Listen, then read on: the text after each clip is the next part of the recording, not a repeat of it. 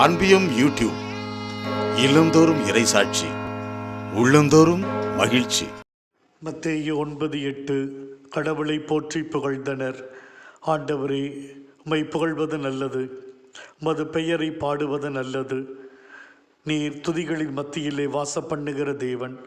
கொடான கோடி வானதூதர்கள் புனிதர்கள் எந்நாளும் உம்மை நோக்கி கனம் பண்ணிக்கொண்டே உள்ளனர்.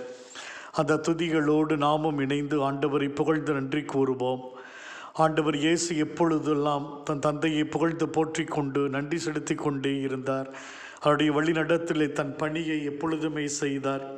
மிக முக்கியமான புதுமைகள் நடக்கிற பொழுது தந்தையை நோக்கி ஜெபித்து நன்றி கூறி பின்னர் அந்த புதுமையை செய்தார்.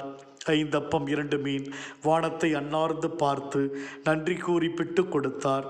தன்னுடைய போதனை வாழ்வில் தான் செய்கிற ஒவ்வொரு வல்ல செயல்களிலும் தன் தந்தை இதயத்திலிருந்து வருகிறது என்பதை உணர்த்தினார். அதனால் தான் மக்கள் அனைவரும் அவரது அதிசயமான நிகழ்வுகளை கண்டவுடன் கடவுளை போற்றி புகழ்ந்தனர். இதில் ஆண்டவர் இயேசுவுக்கு இரட்டிப்பான ஒரு மகிழ்ச்சி.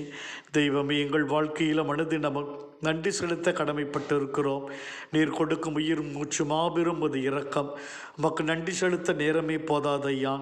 நன்றி கூறும் பொழுதெல்லாம் ஆசீருக்கு மேல் ஆசீரை நாங்கள் பெற்றுக்கொள்கின்றோம்.